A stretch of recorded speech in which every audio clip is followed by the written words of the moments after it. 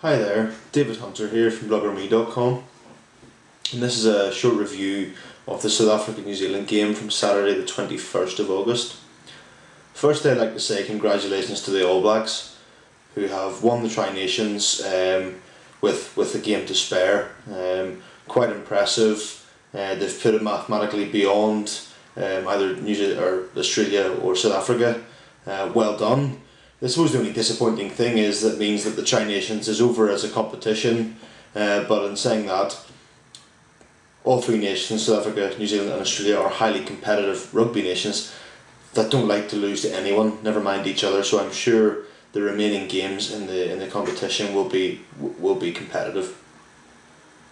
But going back to Saturday's game, quite a tense and exciting game to watch. Both teams look more than willing to run the ball in the first half, and in fact something that maybe has been lacking from the South Africa game in recent times is the willingness to run. They have the players, they showed that in the first half, and they looked quite dangerous whenever they did move the ball. Unfortunately, they didn't seem to carry this into the second half.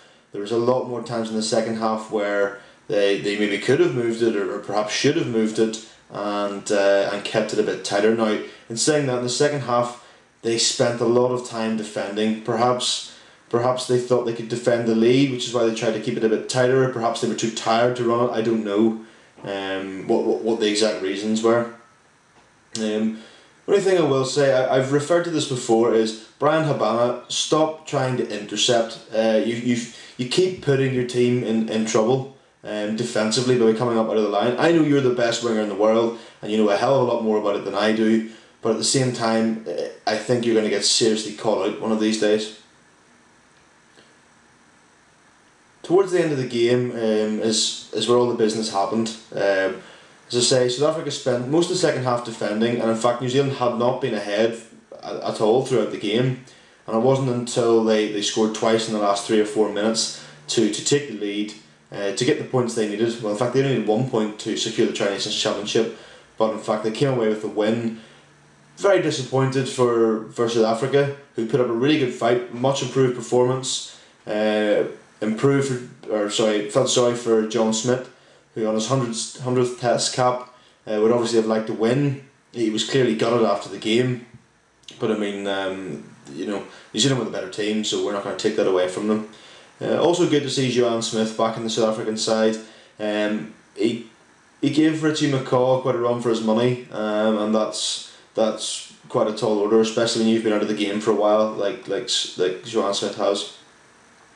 But no, I enjoyed the game. Another point to note was quite funny was referee Nigel Owens got shoved out of the way by Johan Smith in an attempt to make a tackle, and he landed on his head, and then I think half the forwards on the pitch then landed on his head for him, and he stayed down for a bit. But glad to see the referee's okay. But I suppose we can have a little giggle at these things after the fact, especially as we know that he's okay. But nothing else at this time other than well done New Zealand. If you want to join in the discussion, please put in your comments below. Thank you.